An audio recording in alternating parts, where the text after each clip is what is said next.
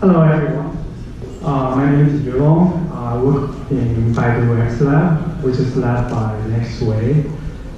We do security research on many fields, and mobile and IoT security is one of these topics that we're working on.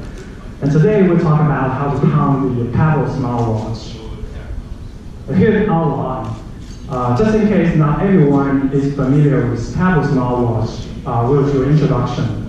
And then we'll talk about the SBC gadget jumping exploit. And then we'll show a root attack demo. And then we'll talk about the trusted pair attack. So we don't have to emphasize that smartwatches are getting more and more popular. And you can see that smartwatches are going to become 15 million units to be sold this year. And out of these smartwatches, Pebble Smartwatch has been proved to be massively successful. It first launched as a Kickstarter project, and within 15 minutes, it raised $1 million. Quite impressive. And within the next week, it broke its own record by $30.3 million. And later, in later products, it raises even more with $20 million. And Pebble Smartwatch running its own operation system. So it's not Apple OS, it's not Linux, it's not Android. It's called Pebble OS. So from this chart, we can see that it's actually quite popular now, even more popular than Samsung Tizen and ArchOS. So you can see that it's the third most popular watch OS in the world.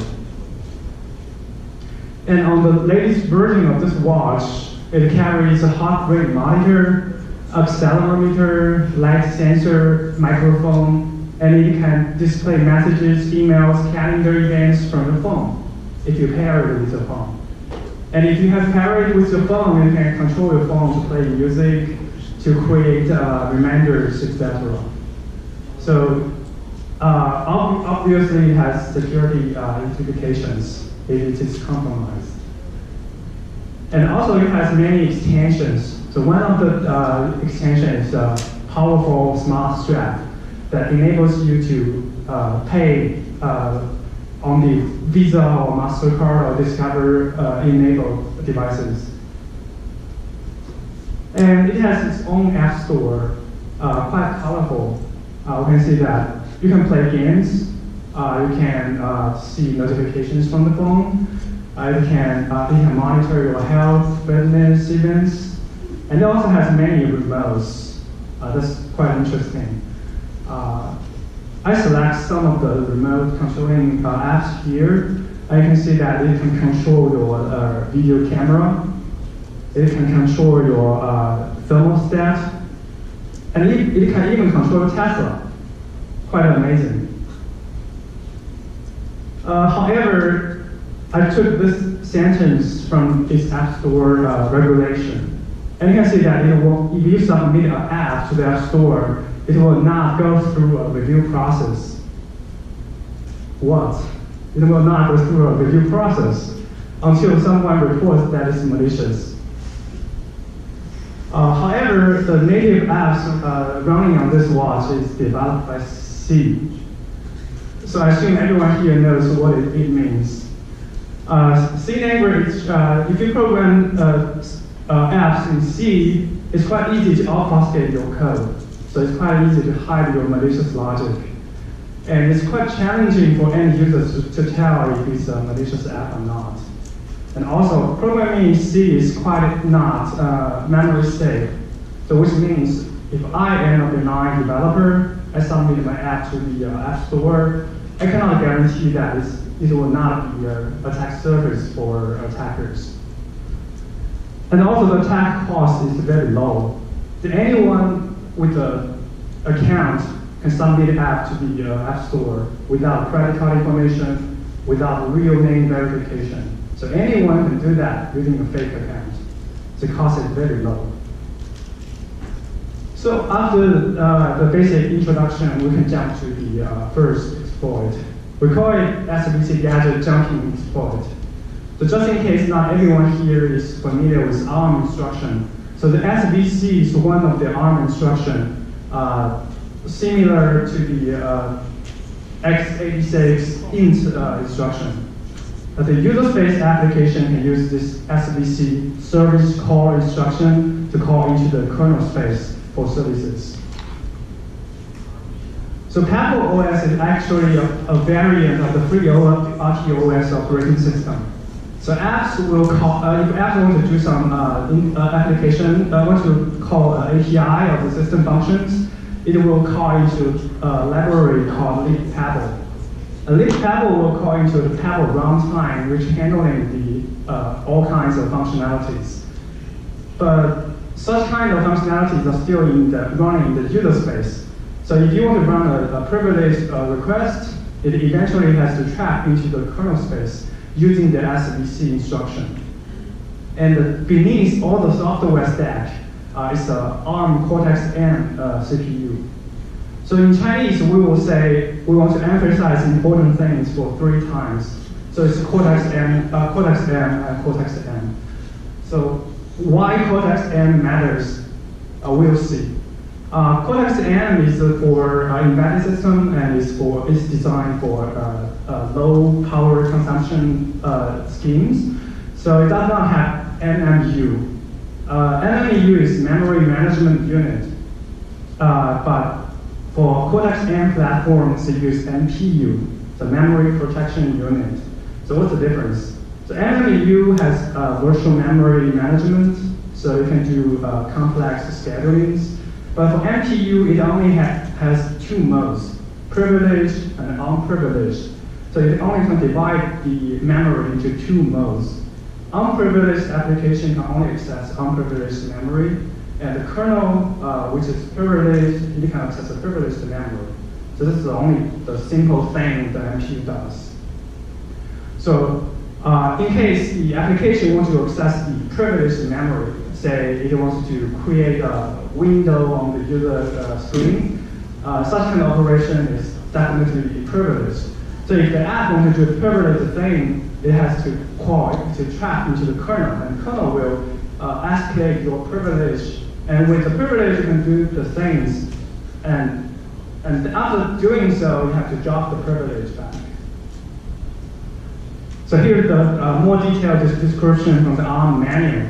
So the word is divided into the thread mode and handler mode. The thread mode is we call it user space, and the handler mode will call it kernel space. And in the thread mode, it has unprivileged mode and privileged mode. The only thing that controls whether it's privileged or unprivileged is a register called a control register.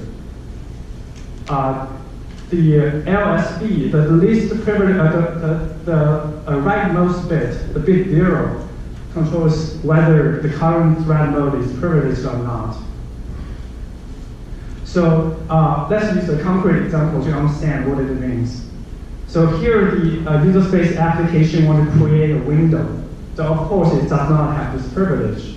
So it first has to tell libpebble, hey, I'm gonna create a window. Help me to do this. And libpebble will pass this request to the Pebble runtime, which has a dispatching table for all kinds of system functionalities. For this certain operation, window create, it will jump into the certain handler within this Pebble table.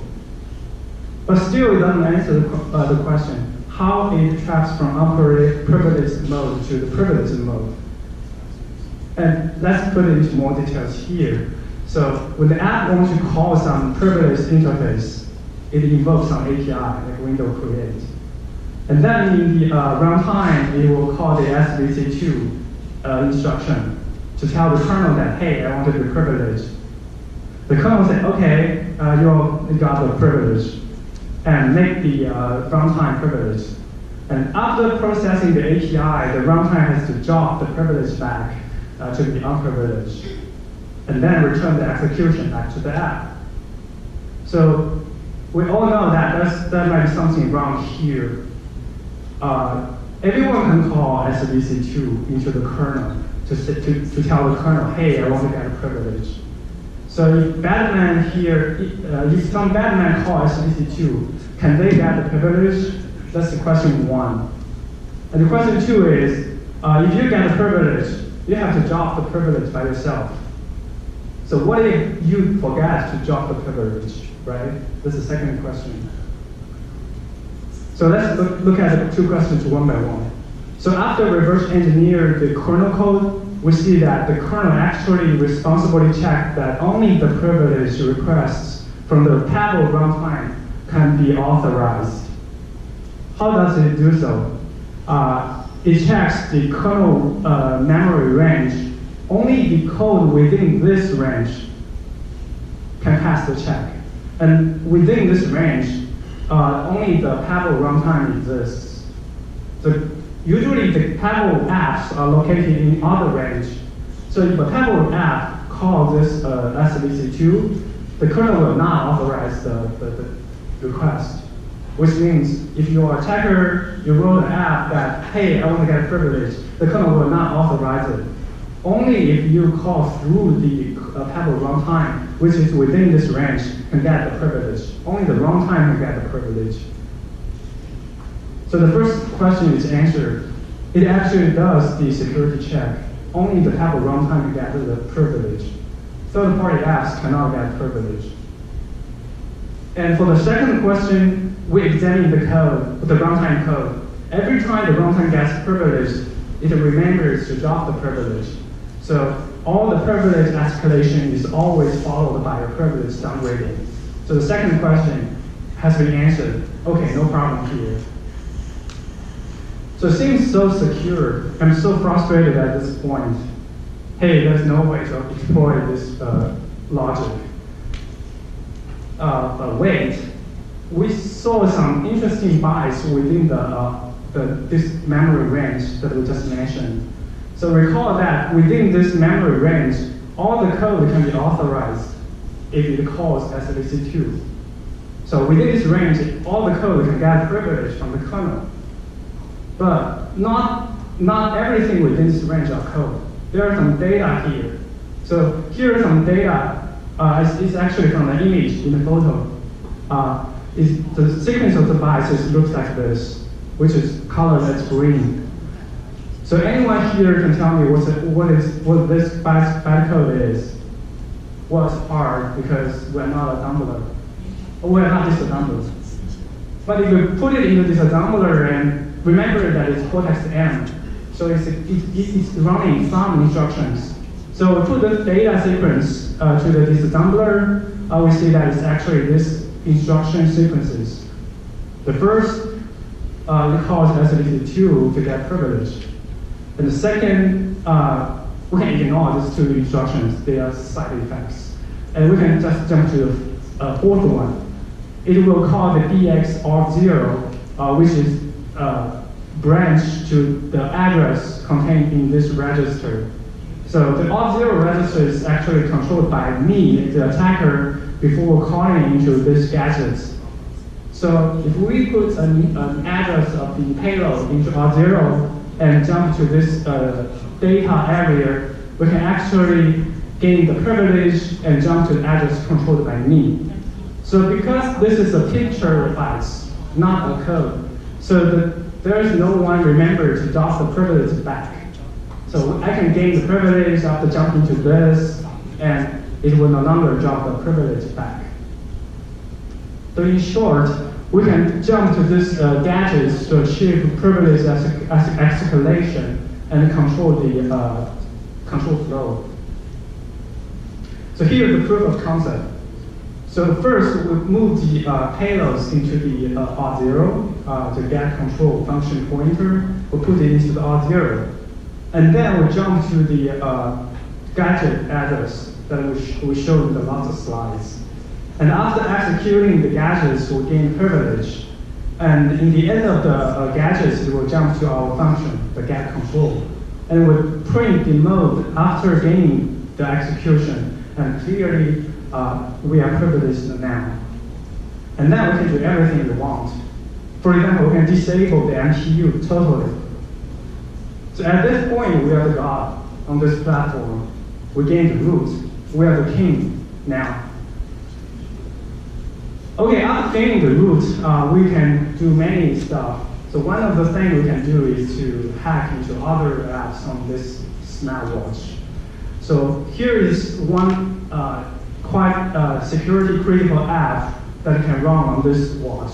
It's a Google Authenticator. So for those who use a token to authorize you log in to the Google, you will know that on your phone or on your watch, you can install an app that can display a random token as a second factor. And here is the one Google Authenticator app in the Pebble App Store. So running this app, you can see that there is a random token above here. And there is a progress bar down here. It will shrink gradually with the time elapsed. So if the bar disappears, it will refresh the random token for your login. So here we will show that when it generates a fresh code, we can steal it to prove that we can actually steal everything from an app.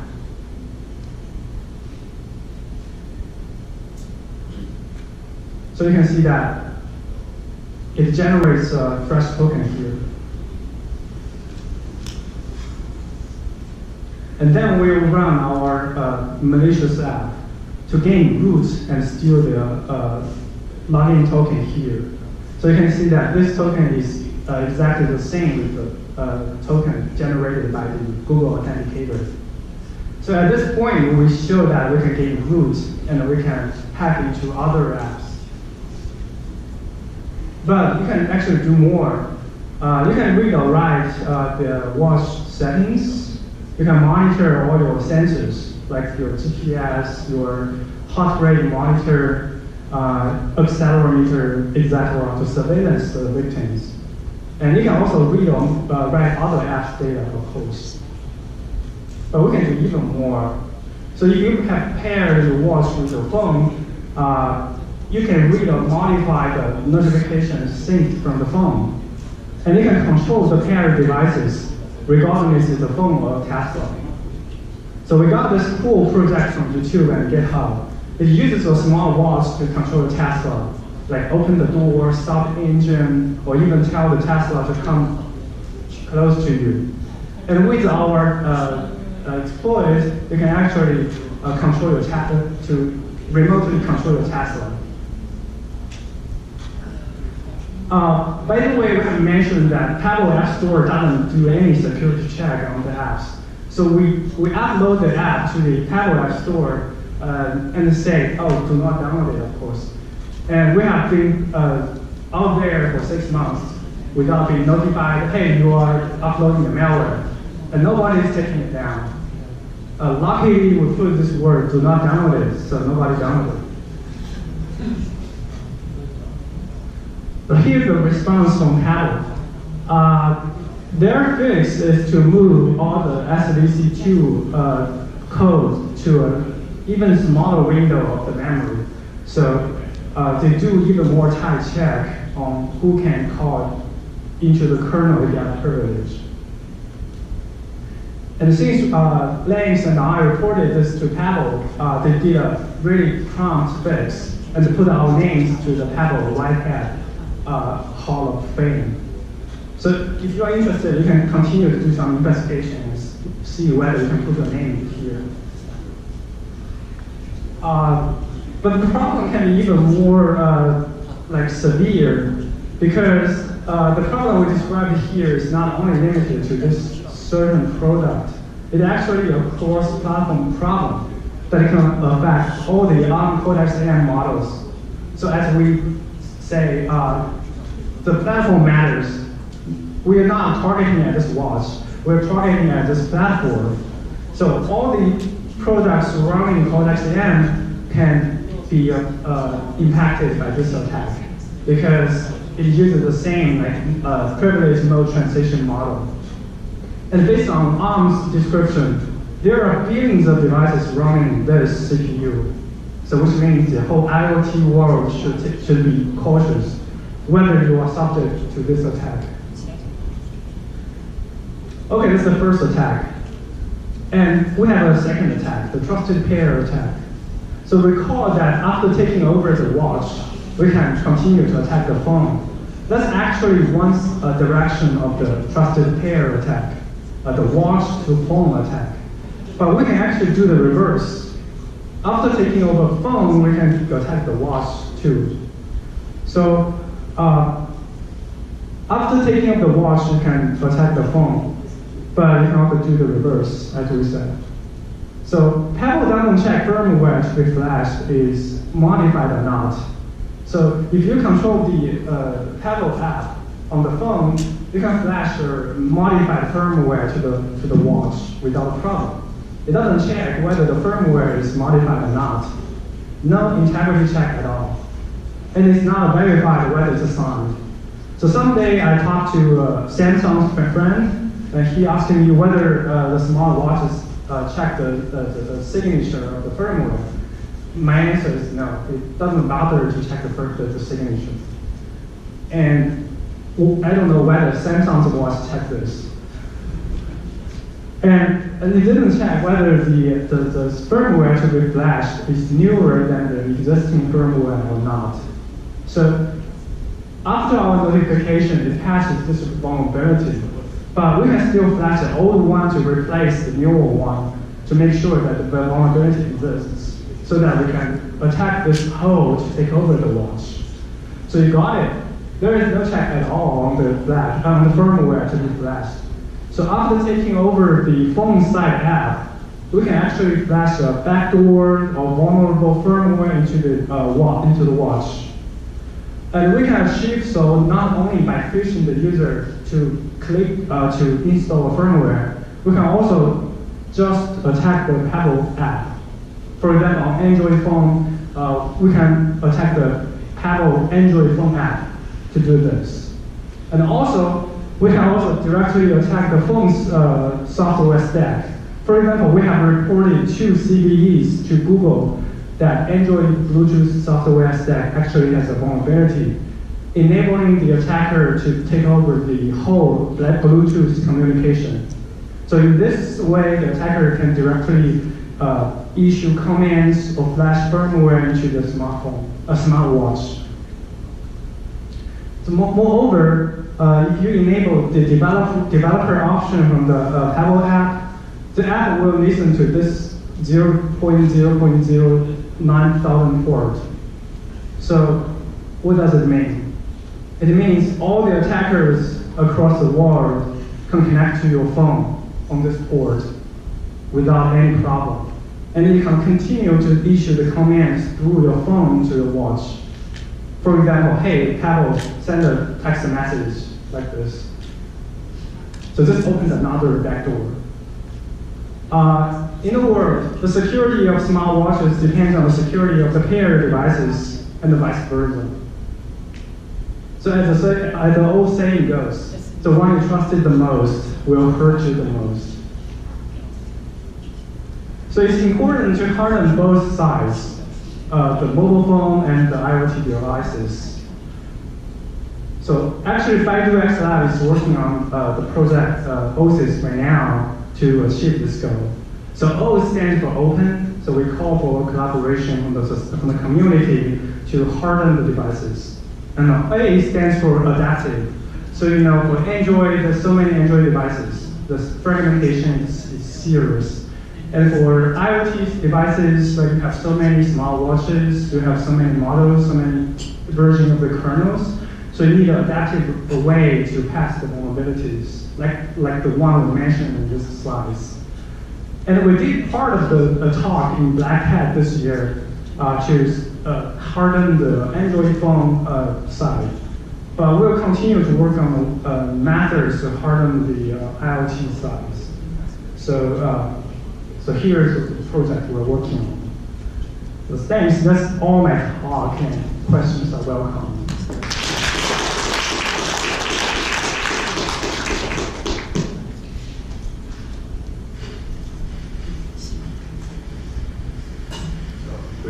So you mentioned over the last your slide of the project that you're trying to do light patching of the kernels, but I think like a recent article said that most of the vulnerabilities from the IoT device come from the firmware. So the developer or whatever the vendor is, they just want to make money and then push the device like any ridiculous device that anyone would buy.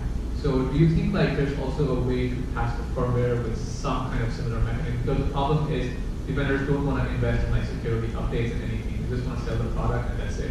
And they don't want to provide any support. So do you think that this particular project can also tackle the problem of patching the firmware? Because even if you patch the kernel, if your firmware is vulnerable, it wouldn't be any defense at all. So what do you think of that? Yeah, that's a really good question. So we all know that these days there are DDoS from IoT devices. And right now they are not even attacking the kernel vulnerabilities. They're using weak passwords, right? So, but the basic mechanism are the same. So the device has a backdoor or a front door that open to the attackers. And the attackers can take over the device and do the attacks, right? So what if some companies say they are users of the IoT devices, they have a network of the IoT devices, and they want to fix the hole? What should they do? Well, they can do the same thing as attackers, but do it in a good way, which means they can take over the devices before the attackers and then fix the vulnerabilities. So using the Android devices as an example, so there are so many CVEs that are allowing the attacker to gain root. We can gain root first before the attacker gain root. We can use root privilege to fix the vulnerabilities to close all the doors open to the attackers. Well, for the IoT devices, one possible way is the similar way, is to use the existing weak passwords to log into the devices and change the passwords, or maybe build another layer of defenses. I'm not sure which is the best way right now, but we can say that there might be a possible way to do this, like to use the same way as attacker, but we use it in another way. Yeah. Any other questions? Also, we don't need to we have other ways to defend this, the IoT DOS. For example, we can in the network layer, we can do some filtering for the network traffic. We don't actually have to directly fix the problem on the IoT devices. So it's actually a multi-dimensional defense that we can build. Yeah. Thank you. Any other questions? Okay. Thank you.